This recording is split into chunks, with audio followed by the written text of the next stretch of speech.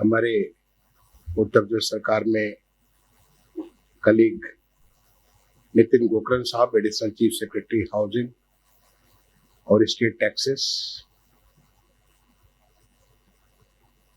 हमारे housing commissioner साहब,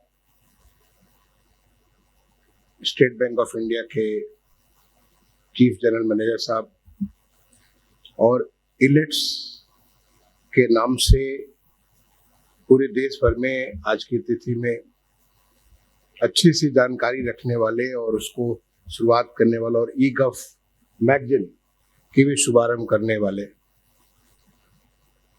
मेरे आईआईटी कानपुर के अल्मा माटर रवि गुप्ता जी, इनको मैं पिछले कई सालों से जान रहा हूँ। जब पहले बार इनसे परिचय हुआ, इन्होंने बताया कि आईआईटी कानपुर से पढ़ाई की है और अब वो एक नए क्षेत्र में विच इज कॉल्ड एडवोकेसी में, आउटरीच में, लोगों तक संदेश पहुंचाने में इसके लेकर के शुभारंभ किया। और मुझे ख्याल है कि शुरुआत में ही आपके शुरुआती जो पहला या दूसरा हुआ था तभी मैं आपके साथ आपके कार्यक्रम में आया था, और उसके बाद जब कभी आपकी रिक्वेस्ट आती है तो मैं जरूर उसमें कोशिश करता हूँ शरीक हो। आज के इस कार्यक्रम में मैंने 1.5 घंटे का वक्त दिया था कि मैं आप लोगों को भी सुनूंगा और बाकी लोगों को समझने की कोशिश करूंगा, लेकिन कुछ ऐसा कार्यक्रम है जिसकी वजह से मुझे 11:15 तक पहुंचना पड़ेगा, इसलिए शुरुआत ही मुझे करनी पड़ रही बगैर किसी और को सुने हुए। लेकिन विषय इतना महत्वपूर्ण है, प्लानिंग एंड इन्वेस्टमेंट्स, यानी अर्बन प्लानिंग एंड इन्वेस्टमेंट, ये इसके ऊपर कॉन्क्लेव हुआ। ये अपने आप में बहुत ही महत्वपूर्ण विषय है। कैसे अर्बन प्लानिंग से इन्वेस्टमेंट आ सकता है, अर्बन प्लानिंग कैसे इन्वेस्टमेंट को एक्सेलरेट कर सकता है, ये विषय बहुत ही महत्वपूर्ण है। और उसके ऊपर जो थीम है स्मार्ट, लिवेबल एंड अफोर्डेबल, ये जो तीनों थीम है ये बड़ा और भी ज्यादा महत्व इसको दे देता है। स्मार्ट का मतलब, जब स्मार्ट सिटी मिशन लॉन्च किया था माननीय प्रधानमंत्री जी, पहले उन्होंने कहा था कि हम पूरे देश में 100 स्मार्ट सिटी बनाएंगे।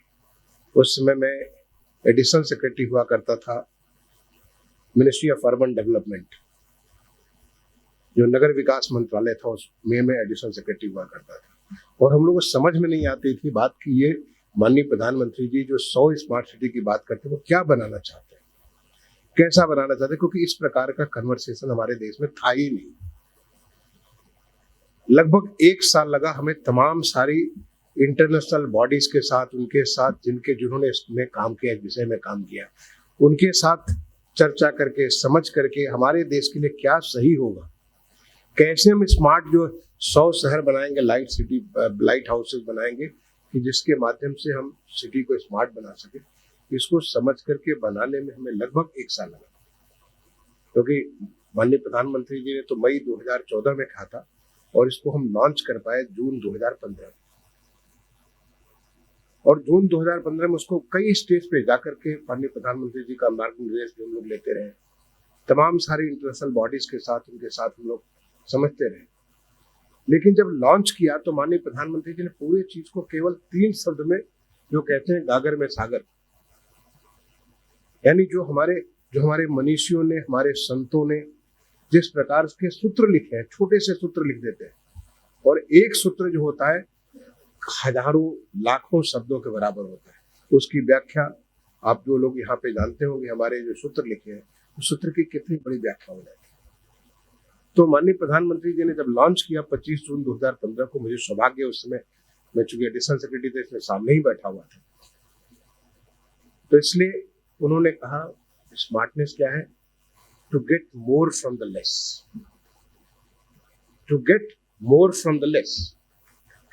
मैंने सोचे कि जैसे एक सूत्र है, और मुझे उस दिन अच्छे से जो पूरे 1 साल तक लगभग सभी कन्वर्सेशन में हुआ करता था, एज एडिशनल सेक्रेटरी सारी चीज को बनाता था, उसकी गाइडलाइंस बनाना, उसको सब कुछ चीज तैयार करने से लेके सब कुछ चीजें मेरा लगातार उसके ऊपर मेरा कन्वर्सेशन होता रहता था। लेकिन ये सूत्र मैंने जब उस दिन सुना तो मेरे दिमाग में बात बिल्कुल स्पष्ट हो गई कि आपके पास जो है उससे कैसे आप बेहतर से बेहतर दे सकते हैं। क्या देना आपको?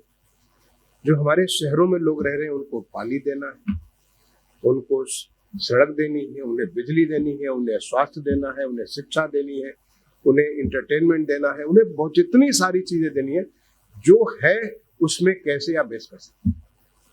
ऐसा नहीं कि शहरों में पानी नहीं दिया जा रहा, ऐसा नहीं कि शहरों में ट्रांसपोर्ट का व्यवस्था नहीं था, ऐसा नहीं कि शहरों में बिजली की व्यवस्था नहीं थी, स्वास्थ्य की व्यवस्था नहीं थी, लेकिन जो प्रधानमंत्री जी ने कहा जो है, यानी optimum utilization of the resources. बिजली कितनी नुकसान होती है, शिक्षा की जो हमारी व्यवस्था कितना उसमें नुकसान होता है, कितना हमारा हर चीज में। सड़क है, सड़क को बार बार काटते पीटते हम लोग, बार बार तोड़ते हैं, लोगों को कितनी तकलीफ होती है, क्योंकि कभी हमें पानी के लिए, कभी सीवर के लिए, कभी ड्रेनेज के लिए, कभी बिजली के तार घुमाने के लिए, कभी ऑप्टिकल फाइबर करने के, इतने बार हम सड़क को तोड़ते हैं, पब्लिक को कितनी तकलीफ होती है। एक छोटा सा सोल्यूशन निकला कि एक डक्ट बना दिए, डक्ट के माध्यम से जो भी करना करते रहिए और उसको मोनेटाइज करिए, उससे पैसे भी मिलेंगे आपको सड़क पे, और लोगों के लिए सड़क पर भी टूट फूट नहीं होगी। जो भी बिजली के तार हैं, जो बिजली के खंभे करे हुए, वो सड़क आपकी और चौड़ी हो जाएगी। आपसे एक छोटा सा स्मार्ट एलिमेंट, यानी कैसे हम टेक्नोलॉजी का प्रयोग करेंगे। पहले बार जब प्रधानमंत्री जी ने जब ये बात की तो हमने सोचना चालू किया कि कैसे हम इस इंफ्रास्ट्रक्चर, जो हमारे पास एग्जिस्टिंग इंफ्रास्ट्रक्चर है, उस इंफ्रास्ट्रक्चर को बेस्ट प्रयोग करने के लिए कैसे हम टेक्नोलॉजी का प्रयोग करेंगे। क्या आपको मालूम है कि आज हमारे यहाँ पुरी शहर है उड़ीसा का, जहां मुझे सौभाग्य मिला लॉन्च करने के लिए। ये भी मैंने प्रधानमंत्री से सीखा कि 24/7 एंड ड्रिंक फ्रॉम टैप। बड़ा छोटा कॉन्सेप्ट लगता है, मैंने 24/7 जब खोलिए तो टैप से पानी निकलेगा। ऐसा नहीं कि 8 घंटे 12 घंटे पानी पर रसनिंग नहीं होगी। और ड्रिंक फ्रॉम टैप, जिस भी टैप को खोलिएगा उस पानी को आप पी सकते हैं। यानी पानी की क्वालिटी इतनी बढ़िया कि आपको आरओ में डाल करके उसको ट्रीट करने की कोई आवश्यकता नहीं। आप लोग जब विदेशों में जाते होंगे तो आप कहीं से भी पानी पी सकते हैं। क्या हम ये क्वालिटी ला सकते हैं? आज ला करके हमने दिखाया हुआ। पुरी में जब हमने लॉन्च किया ड्रिंक फ्रॉम टैप एंड 24/7, आपको चीज बड़ी आसान दिखती है, बड़ी लगती होगी क्या बात कर रहे हैं आप। पुरी में 5 लाख की आबादी रहती है, 50 लाख लोग आते हैं। किसी भी टैप को खोल करके पानी पीजिए, आप पूरी तरह से आरओ के पानी के बराबर होगा। ये कैसे संभव हुआ? केवल टेक्नोलॉजी के माध्यम से, कंप्लीट सिस्टम को टेक्नोलॉजी से। और उसका फायदा क्या हुआ कि आज वहां पे जो हर आदमी के छत के ऊपर एक बड़े बड़े टैंक होते हैं, काले काले टैंक होते हैं, उसकी कोई आवश्यकता नहीं। आपको जान करके आश्चर्य होगा कि हम पर पर्सन, जो हमारे प्लानिंग के लोग, अर्बन प्लानिंग के, पर पर्सन हम जब पानी का प्लान करते थे 135 लीटर पर पर्सन लोग प्लान करते हैं, जो हमारी आवश्यकताओं की पूर्ति के लिए। लेकिन जब ये ड्रिंक फ्रॉम टैप एंड 24/7 लगता है, 90 लीटर में ही काम चल जाएगा। यानी we start saving water, quality में इंप्रूव करेगी, लोगों की बीमारी है वो सारी की सारी दूर हो जाएगी।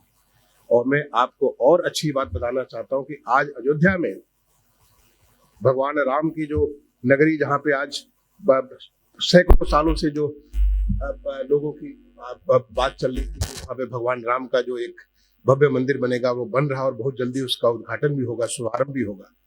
अयोध्या का पूरा अयोध्या हम लोग drink from tap and 24/7 water हम सप्लाई के लिए सैंक्शन कर चुके हैं और उस पर काम बहुत तेजी से चल रहा है। और यही नहीं, हमारे अन्य नगरों में भी इस प्रकार का काम चल रहा है। ये स्मार्टनेस कहता है। एक और एग्जाम्पल देता हूं आपको स्मार्टनेस समझने के लिए। मैं कभी बाहर गया था, विदेश गया था, वहां पे मैंने देखा कि वहां तो ड्राइवरलेस कार चलती, ड्राइवरलेस मेट्रो चलती है। मैंने कहा अगर स्पेन में ड्राइवरलेस मेट्रो चल सकती है तो हिंदुस्तान में क्यों नहीं चल सकती है? दोनों साहब का फायदा क्या हुआ? बगैर ड्राइवर के ट्रेन चलेगी तो कोई बैठेगा नहीं।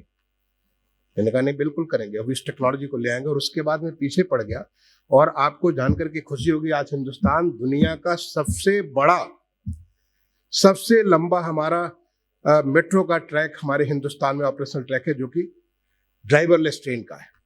हमारा लाइन 7, लाइन 8 डीएमआरसी का 100% ड्राइवरलेस है। और ये भी मैंने आदेश कर दिया कि भविष्य में जो भी हमारी मेट्रो लाइनें बनेंगी सारी ड्राइवरलेस बनेगी, उसका सारा का सारा होगा। लोगों ने जब उसका उद्घाटन माननीय प्रधानमंत्री जी ने किया, लोगों ने मुझसे प्रश्न किया कि भाई लोग ड्राइवर नहीं होगा तो चलेंगे क्यों? मैंने उन्हें जवाब दिया कि भाई चलेंगे इसलिए, ठीक है, अभी हमारे मन में ऐसा, मैं चला हूं ऐसे ड्राइवरलेस मेट्रो में चला हूं, लेकिन लोगों के मन में भय होगा, डर होगा कि ड्राइवर नहीं है तो कहीं एक्सीडेंट ना हो जाए। लेकिन जब हमारा ड्राइवर सवेरे सवेरे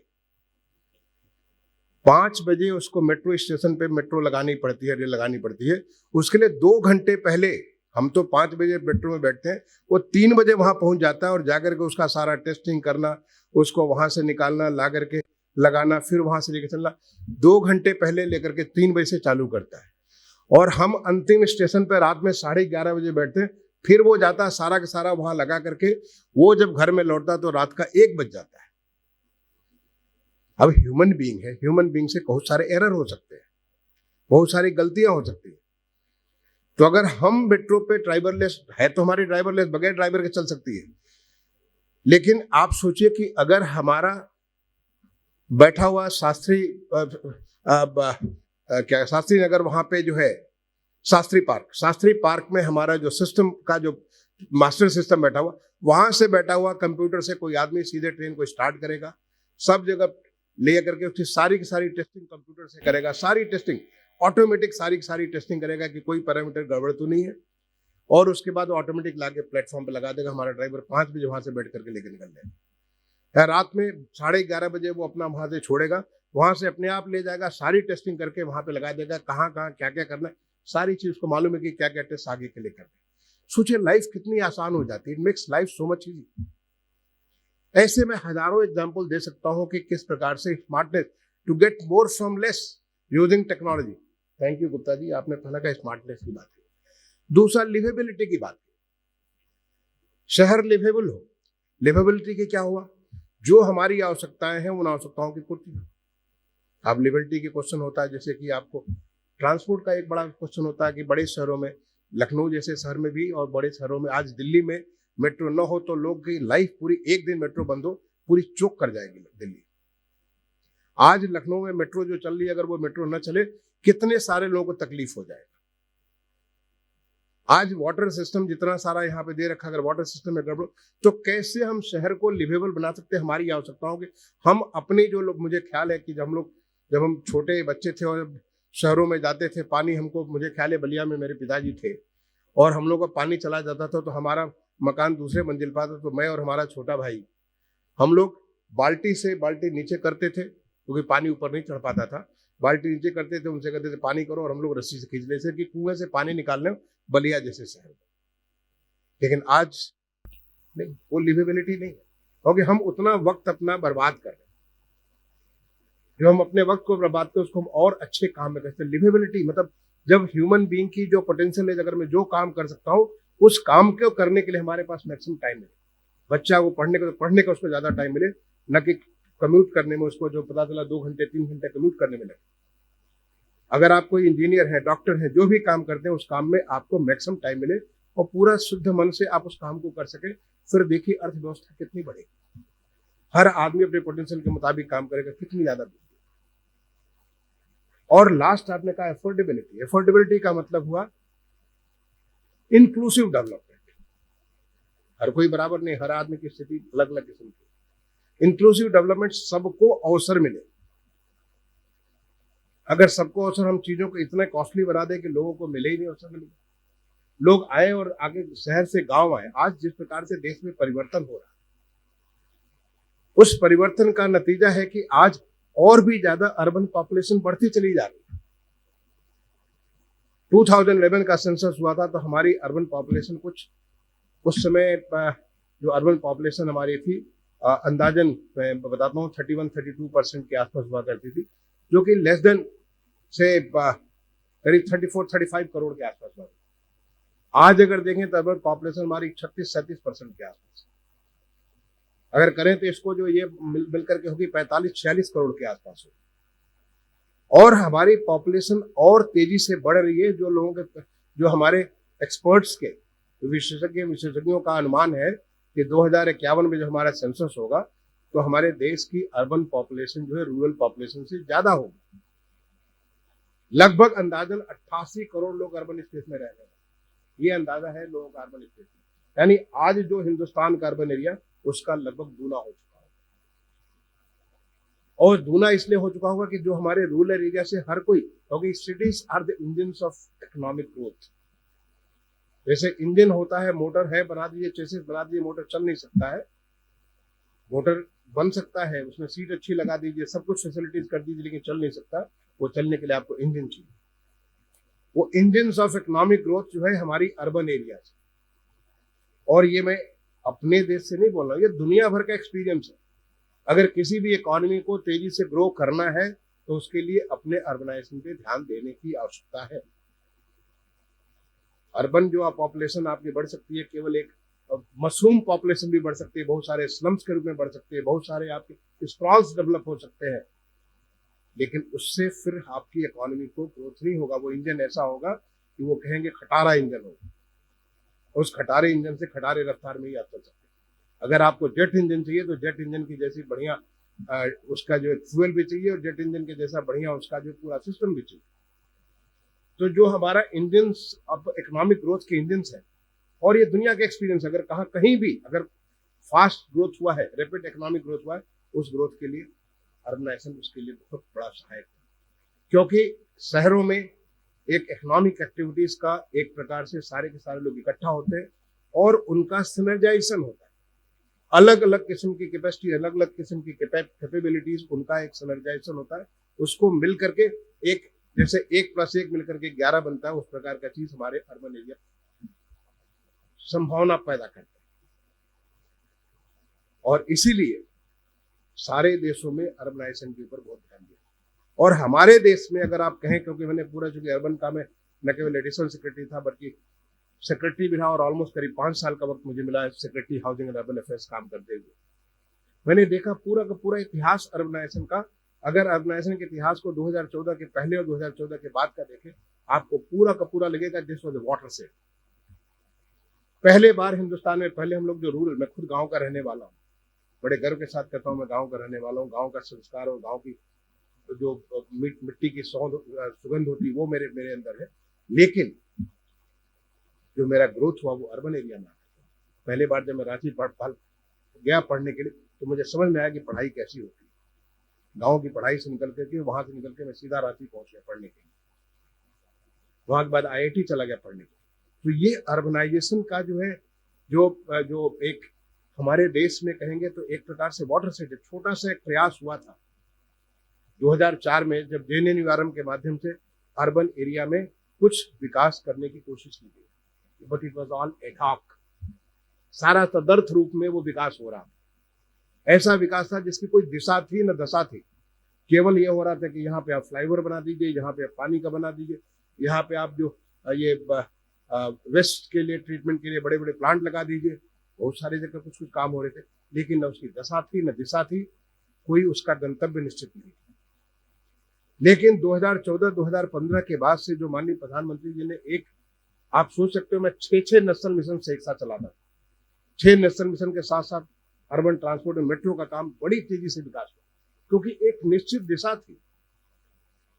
it is given for you कि एक हमको, जब तक हम अर्बन के बारे में हमारी चिंता नहीं होगी, जब तक हम अर्बन को ऐसा नहीं बनाएंगे जो कि स्मार्ट भी होगा, लिवेबल भी होगा और अफोर्डेबल भी होगा, तब तक वो इंजन ऑफ इकोनॉमिक ग्रोथ वही होगा, खटारा वाला इंजन होगा।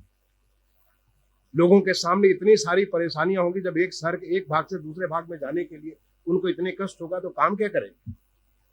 वो साइकोलॉजिकली इतने स्ट्रेन्ड होंगे, इतने ज्यादा ड्रेन ऑफ हो जाएंगे, जिसकी वजह से जो चीज कर सकते हैं, अगर प्रोफेसर है पढ़ाने जा रहे हैं दिल्ली विश्वविद्यालय में और उनको जाने में अगर 2 घंटा लग रहा है तो पढ़ाएंगे क्या? Psychology he is drained of.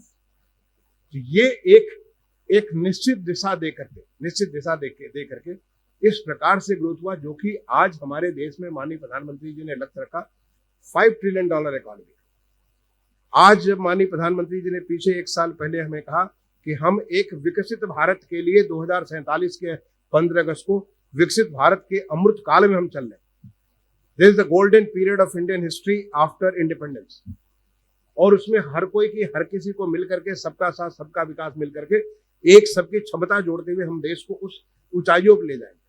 और उन ऊंचाइयों का जो एक बड़ा नमूना आपने कल देखा, जिस प्रकार से कल सॉफ्ट लैंडिंग हमारे लैंडर ने किया, और जिस प्रकार से उसके अंदर से रोवर निकल चला, मैंने जैसे कि पूरा का पूरा अगले 14 दिन जो चंद्रमा का जो दिन होता है, उस पूरे 14 दिन वो घूम करके वो चंद्रमा के ऊपर क्या है, कैसे, ये हिंदुस्तान ने दुनिया में सबसे पहले दक्षिणी ध्रुव पे चंद्रमा पर अपना कदम रखा। ये हमारे माननीय प्रधानमंत्री जी ने जो एक अमृत काल का, जब उन्होंने कहा कि ये इसका अमृत काल का एक आगाज है, ये अमृत काल में जो एक नए भारत का, एक विकसित भारत का ये शुरुआत है, ये हमारे देश के वैज्ञानिकों को विश्वास देने वाला है। ये कैसे विश्वास करें, इसके लिए पूरा अर्बनाइजेशन, और अर्बनाइजेशन की जब बात हुई तो हर क्षेत्र में हर किसी को, जो सबसे गरीब नैनो एंटरप्रेन्योर हमारा जो पटरी और रेडी लगाने वाला है, पटरी पर रेडी लगाने वाला, उस तक की चिंता की गई। अभी पिछले 15 अगस्त को श्रम विश्वकर्मा श्रम सम्मान के माध्यम से हर कोई जो विश्वकर्मा के रूप में जो हमारा काम, हर एक को सम्मान देने की, हर एक को मदद करने की, जिससे कि वो अपनी क्षमता के मुताबिक बेस्ट सब कुछ कर सके। उसके हाथ में जो हुनर है, हुनर को और कैसे बेहतर कर सकते हैं, समाज को बेहतर से बेहतर लाभ मिल सके। और ये कार्य करने का जो पूरा का पूरा, जो मैं इसलिए कहता हूँ कि दिस इज वाटर सेट। 2014 जो है एक वाटर सेट है इंडियन हिस्ट्री में अर्बनाइजेशन के लिए। और उसी प्रकार से जिस प्रकार से काम हुआ, सारे हिंदुस्तान में जो काम हुआ, आप सोच सकते हैं कि पहले हमने अमृत योजना में केवल 500 शहरों को लिया था जो 1 लाख से ज्यादा पॉपुलेशन वाले। अब पूरे हिंदुस्तान के लगभग 5000 शहर, सारे के सारे शहरों में सबको हर घर में शुद्ध जल लेने के लिए प्रारंभ हुआ। आज जो ड्रिंक फ्रॉम टैप एंड 24/7 एक रियलिटी है, एक पॉसिबिलिटी है कि जब हमने चंद्रमा पे कदम रखा तो हमने सोच लिया कि हम आगे मंगल पे भी इस प्रकार से, सब हर जगह हम इस प्रकार की चीज कर सकते हैं। तो केवल हम जाके वहां कक्षा में घूमेंगे नहीं, बल्कि उसके ऊपर कदम रख करके हम अपना काम भी करें, उसको अन्य देशों के बराबर हम जाकर वैसे काम भी करें। ये हमारा विकसित भारत का आगाज है। तो वैसे ही हमारे जो चाहे पानी के बारे में हो, सीवर सिस्टम के बारे में हो, ड्रेनेज सिस्टम के बारे में हो, आपके सड़कों के, स्मार्ट सड़कों के बारे में, एनर्जी सिस्टम के बारे में, हेल्थ सिस्टम के बारे में, और उसका नतीजा आपने देखा। जो हमारा स्मार्टनेस का जो काम हुआ उसका नतीजा आपने देखा कि जब कोविड आया, 2020 मार्च से कोविड आया और पूरी दुनिया एक प्रकार से चुनौतियों से जूझ रही थी, लेकिन जो हमारा ये सिस्टम डेवलप कर दिया गया 2015 से 20 के बीच में, उस सिस्टम ने इतनी सारी चुनौतियों को झेल लिया, इन सारी चुनौतियों को पूरी मजबूती के साथ। और यही नहीं, बल्कि हमारा देश एक आत्मनिर्भर भारत की तरफ आगे बढ़ता है। लक्ष्य केवल हमें विकसित भारत का नहीं है, लक्ष्य हमारा विकसित और आत्मनिर्भर भारत का है। और वो करने में शहरों का बहुत बड़ा योगदान है। और हमारे उत्तर प्रदेश में जो हमारे माननीय मुख्यमंत्री जी ने जो कुछ, माननीय प्रधानमंत्री जी ने वहां पे देश से जो भी जिस किस्म का लक्ष्य निर्धारित किया, जिस किस्म की एक दिशा उन्होंने निर्धारित की, उस दिशा में सबसे पहला कदम रखने वाला उत्तर प्रदेश है। इसको मैं देखता था, वहां से दिल्ली से देखता था, जब मैं सेक्रेटरी हाउसिंग अर्बन अफेयर्स हुआ करता था। इसी उत्तर प्रदेश में 2017 के पहले जो हाउसिंग फॉर ऑल था, जो हर एक को मकान बनाने का था, पता चला 10,000 भी मकान नहीं सैंक्शन हो रहे थे, कुछ होता ही नहीं था। स्वच्छ भारत के बारे में मजाक उड़ाया जाता था कि ये मजाक उड़ाते थे कि स्वच्छ भारत कैसे हो सकता है। लेकिन 2017 के बाद जिस प्रकार का परिवर्तन हुआ, आपको जानकर के खुशी होगी कि आज उत्तर प्रदेश हाउसिंग के मामले में देश का सबसे पहला नंबर 1 इंप्लीमेंटेशन में जिसको पुरस्कार मिला, पीएम स्वनिधि रेडी पटरी, उसके बारे में सबसे पहला उसका पुरस्कार मिला। हर चीजों में उत्तर प्रदेश, चाहे वो ईज ऑफ डूइंग बिजनेस, हर चीजों में उसको उत्तर प्रदेश आगे बढ़ा।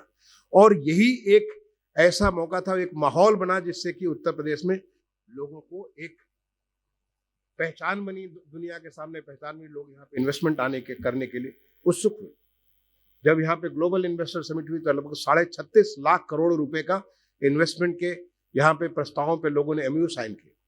और जब कभी अगला हमारा जो हमारा ग्राउंड ब्रेकिंग सेरेमनी होगी, 10 लाख करोड़ या उससे ज्यादा के ग्राउंड ब्रेकिंग हम लोग करेंगे। ये प्रदेश हमारा किस प्रकार से बदलेगा, और ये करने के लिए शहरों की आवश्यकता पड़ेगी। नई टाउनशिप पॉलिसी जिसके बारे में हमारे नितिन जी यहाँ पे हैं, वो बताएंगे, क्योंकि मेरे पास समय नहीं, वो सारा का सारा उसको आपको बताएंगे किस प्रकार से एक न्यू टाउनशिप पॉलिसी लाई गई, कैसे एक लक्ष्य लिया गया कि 100 नए शहर हम लोग बनाएंगे, कैसे लक्ष्य लिया जा रहा है कि हम अधिक से अधिक शहरों में हम लोग मेट्रो भी लाएंगे, शहरों के वहां के अर्बन ट्रांसपोर्ट को सुधार करेंगे। आज हमारा इलेक्ट्रिक व्हीकल, क्योंकि जो हमारे लोगों की क्वालिटी ऑफ लाइफ में एक बेहतर इन्वायरमेंट, बेटर में पोल्यूशन लेस इन्वायरमेंट, उसको हम लोग कैसे अडॉप्ट करेंगे, किस प्रकार से जो तमाम सारी चीजें ट्रांजिट ओरिएंटेड डेवलपमेंट, जिसमें हम एक अर्बन प्लानिंग, मुझे ऐसा लगता है क्योंकि मैं समझता हूँ कि काफ़ी लंबा अवधि मैंने अर्बन एरिया में काम किया है। उत्तर प्रदेश में मैं म्यूनिसिपल कमिश्नर भी रहा हूँ, मैं अर्बन डेवलपमेंट अथॉरिटी का वाइस चेयरमैन भी रहा हूँ, मैं उत्तर प्रदेश का प्रिंसिपल सेक्रेटरी अर्बन डेवलपमेंट भी रहा हूँ और भारत सरकार में लगभग 7.5 साल एडिशनल सेक्रेटरी और सेक्रेटरी के तौर पर। और पूरे अनुभव से मैं समझ गया कि अर्बन प्लानिंग हर चीज की कोर है, और इसलिए पूरी अर्बन प्लानिंग के लिए एक नई दिशा पूरे देश को देने की कोशिश की। चाहे वो हमारे नई नई चीजें कैसे, हमारे जो ओल्ड सिटीज है उसको कैसे रीडेवलप करेंगे, उसको कैसे रेट्रोफिट करके डेवलप करेंगे, या नए सर ग्रीनफील्ड कैसे हम लोग उसको डेवलप करेंगे, या कैसे हम लोग पूरा पूरा मास्टर प्लानिंग करेंगे। ये सब सारी की सारी गाइडलाइंस वहां से बना के कैसे रिवर सेंसिटिव हम लोग अर्बन प्लानिंग कैसे करेंगे, कैसे हम ट्रांजिट ओरिएंटेड प्लानिंग कैसे करेंगे, जिससे कि हम ट्रांसपोर्ट एंड प्लानिंग को कैसे एक दूसरे से मर्ज कर सकते हैं, कैसे हम लोग इंफ्रास्ट्रक्चर ओरिएंटेड प्लानिंग करेंगे जिससे कि लोगों को कम से कम उन्हें कठिनाइयां हो और बेहतर से बेहतर उनकी क्वालिटी ऑफ लाइफ हो, कैसे हम लोग हाई राइज डेवलपमेंट कर सकते हैं जिसके माध्यम से हम लोग इंफ्रास्ट्रक्चर के ऊपर न केवल बनाने में बल्कि उसको मेंटेन करने में भी खर्चे को हम लोग कम कर सकते हैं। ये सब तमाम सारे गाइडलाइंस भारत सरकार से हमने वहां से जारी करा। मुझे इस बात का मैं हमेशा कहता हूँ कि मेरा ये बहुत बड़ा सौभाग्य था कि मैं ऐसे युग में, ऐसे काल में मैं सचिव बना, या ऐसे काल में मैं एडिशनल सेक्रेटरी बना जिस काल में माननीय प्रधानमंत्री जी का वो एक प्रताप, उनकी जो सोच, एक उनका जो नए भारत की जो सोच है, उसमें उस सोच के साथ कुछ करने का मुझे मौका मिला। और जब मैं वहां से मुख्य सचिव के तौर पर आया तो मुझे माननीय मुख्यमंत्री जी के साथ काम करने की, जो कि एक पूरा का पूरा वो उनकी पूरी ऊर्जा जो होती है इम्प्लीमेंटेशन की होती है। कहीं कोई नई दिशा मिले, उस दिशा को कैसे हम जमीन पे धरातल पे ला करके लोगों की जिंदगी को सुधार कर सकते। आज उत्तर प्रदेश के लोगों को मालूम है, यहाँ के जो 24-25 कौम लोग मालूम है, उन्हें मालूम है कि किस प्रकार से उनकी जिंदगी, चाहे वो गांव का प्राइमरी स्कूल हो, वहाँ का सेकेंडरी स्कूल हो, शहरों के हालात है, किस प्रकार से बेहतर तब्दील हुए। और आने वाले समय में इतना बड़ा इन्वेस्टमेंट, इतना बड़ा निवेश हमारे प्रदेश में होगा, कैसे ये और ज्यादा परिवर्तन। और ये सब चीज करने के लिए urban planning, urbanization and city development are the core. इसीलिए हमारे उत्तर प्रदेश में जो 10 स्मार्ट सिटी बनाए जाने थे, जिसका सिलेक्शन वहां पे एक चैलेंज माध्यम से पहले बार मैंने सीखा चैलेंज के बारे में। मैं समझता हूँ कि हिंदुस्तान के डेवलपमेंट एजेंडा में, डेवलपमेंट हिस्ट्री में पहले बार किसी ने कहा कि आपको डेवलपमेंट भी चुनौती के माध्यम से, एक चैलेंज के माध्यम से आपको मिलेगा। There is no entitlement. जब आप काम करोगे, जब आप सोचोगे क्या काम कर सकते हो, जब क्या आप अचीव करोगे, तब आपको मिलेगा। In fact that has become a norm in government of India. और इसी प्रकार का नॉर्म हमने स्टेट में भी धीरे धीरे लाने की कोशिश कर रहे हैं। Nothing is for entitlement. ऐसा नहीं कि हम गरीब हैं, हमको दे दिया जाए। हम सक्षम बने, हमारा एक इस प्रकार की हमारी दिशा, हम सोच हो कि हमें अच्छा करना है, तो फिर हम आपके साथ जुड़ते हैं। और ये एक नया पैराडाइम शिफ्ट है, कंप्लीट पैराडाइम शिफ्ट है इंडियन डेवलपमेंट में, जो कि हमारे देश में भी और हमारे प्रदेश में भी है। और उसके लिए ये जो पूरा का पूरा आपका जो विषय है, जो अर्बन प्लानिंग के साथ इन्वेस्टमेंट स्वतः है। लोगों को जहां लगेगा कि क्वालिटी ऑफ लाइफ सुधर रही है, जहां लोगों को लगेगा कि यहाँ पॉसिबिलिटी बन रही है, हमारे चैलेंजेस कम हो रहे हैं, लाइफ के चैलेंजेस कम हो रहे हैं, ऑटोमेटिक सारे के सारी चीजें आए। और फिर उसके बाद लोग भी उसके साथ जुड़ते चले गए। बहुत सारे लोग इसके शुरू में खिलाफत भी करते, मैंने देखा ऐसा बहुत सारी खिलाफत करते हुए लोगों को पाया। जब हमारा सेंट्रल विस्टा का काम चल रहा था, बहुत सारे लोग, अगर आपने देखा, इतने सारे कन्वर्सेशन थे। सुप्रीम कोर्ट में एक नहीं 21 written, supreme court, high court, NGT सब मिला करके एक साथ उसको हमने सारा उनके साथ वहां डिस्कशन हुआ, और सुप्रीम कोर्ट ने सबको खारिज करते हुए इजाजत दी कि आप आगे। और आज आपको मालूम है कि जब इतना बड़ा पार्लियामेंट बन गया है, लोगों का पार्लियामेंट बन गया, लोगों को कितनी खुशी होगी। आज जब हमारा जो ये कर्तव्य पथ बन गया, देख के लगता है कि हमारा ये कर्तव्य पथ पहले क्यों नहीं ऐसा। भले राजपथ के ऊपर हमारे पास करीब 90-92 एकड़ में जो है सारे वो हटमेंट्स थे, जैसे स्लम्स जैसे। मैं तो दुनिया में इतने सारे देशों में जाने का मुझे मौका मिला, कहीं मैंने नहीं देखा कि यहाँ पे सेंट्रल विस्टा पर हटमेंट, लेकिन हमारे देश में थे। आज वो सारे के सारे साफ हो गए। वहाँ पे जो डिफेंस फोर्सेज रह रही थी, आप जाके देखिए, हिंदुस्तान का बेस्ट क्वालिटी ऑफिस अगर जाकर के देखिए अफ्रीका अपने ऊपर और केजी मार्केट, ऐसा उनके पास बना। और ये सब स्मार्टनेस का, ये सब वो जो माननीय प्रधानमंत्री की जो सोच है, एक नए भारत की सोच है, एक नई दिशा देने की सोच है, उस दिशा में आगे बढ़ने का मौका मिला और मुझे तो यह सौभाग्य मिला कि मैं उस काम में भी अपना कुछ योगदान दे सकूं। तो मुझे लगता है कि जो आपने विषय चुना है बहुत ही महत्वपूर्ण विषय चुना है और इस विषय के लिए इस पे जो चर्चा होकर के जो बातें निकलेंगी निश्चित तौर पे कुछ नई नई चीजें निकली, क्योंकि कभी कोई चीज फाइनल नहीं होती, हर चीज की आगे कुछ सुधार का गुंजाइश है। अगर आपके विचार से कुछ ऐसी चीजें निकलती है जो कि लगता है कि ऐसा करने से उत्तर प्रदेश में और बेहतरी हो सकती है, हम उसका स्वागत करेंगे, आपसे सीखने के लिए स्वागत करेंगे ताकि उससे हम और बेहतर कर सकें। क्योंकि आज उत्तर प्रदेश अपनी जो गांधी जी जो कहते थे कि हमेशा अपनी सारी खिड़कियां खोल कर करें ताकि हर दिशा से कुछ कुछ नई नई चीजें आती। आज उत्तर प्रदेश एक अवसरों का प्रदेश है और उस अवसरों के प्रदेश ने अपनी सारी खिड़कियां खोल दिया, जिससे उन खिड़कियों से नई नई बयार, नई नई ज्ञान, नई नई शक्तियां आती हैं और उन शक्तियों को समाहित करके उत्तर प्रदेश अपने आप को एक सशक्त उत्तर प्रदेश के रूप में आगे बढ़ रहा है, $1 ट्रिलियन इकोनॉमी की तरफ एक स्वच्छ, स्वस्थ और सशक्त, समृद्ध उत्तर प्रदेश की तरफ वो आगे बढ़ रहा है। वो एक नया उत्तर प्रदेश। मैं समझता हूँ कि उसको करने में कि आज आपका दिन भर का जो वर्कशॉप है, दिन भर की कार्यशाला होगी, कोई भी अगर नई बातें निकल करके आती है आप जरूर हमसे शेयर करिए। मैं कोशिश करूंगा कि उन चीज़ों को अगर जहाँ भी आवश्यक होगी वहाँ उसे लागू करने की। मैं रवि गुप्ता जी को एक बार दोबारा धन्यवाद देता हूँ कि उन्होंने मुझे यहाँ पे आपके साथ आकर के अपनी कुछ चंद बातों को शेयर करने का मौका दिया। मैं आपको बहुत बहुत धन्यवाद देता हूँ और आप सारे लोगों को शुभकामनाएं देता हूँ कि आप पूरे दिन भर की जो वर्कशॉप हो एक समृद्ध विमर्श हो, एक अच्छा विमर्श हो और विमर्श के माध्यम से, उस मंथन के माध्यम से नई चीज निकल करके आए जिससे हम लोग और आगे बढ़ने का मौका मिले। मैं एक बार आपको सबको धन्यवाद देते हुए वाणी को विराम दूंगा। धन्यवाद। जय हिंद, जय भारत।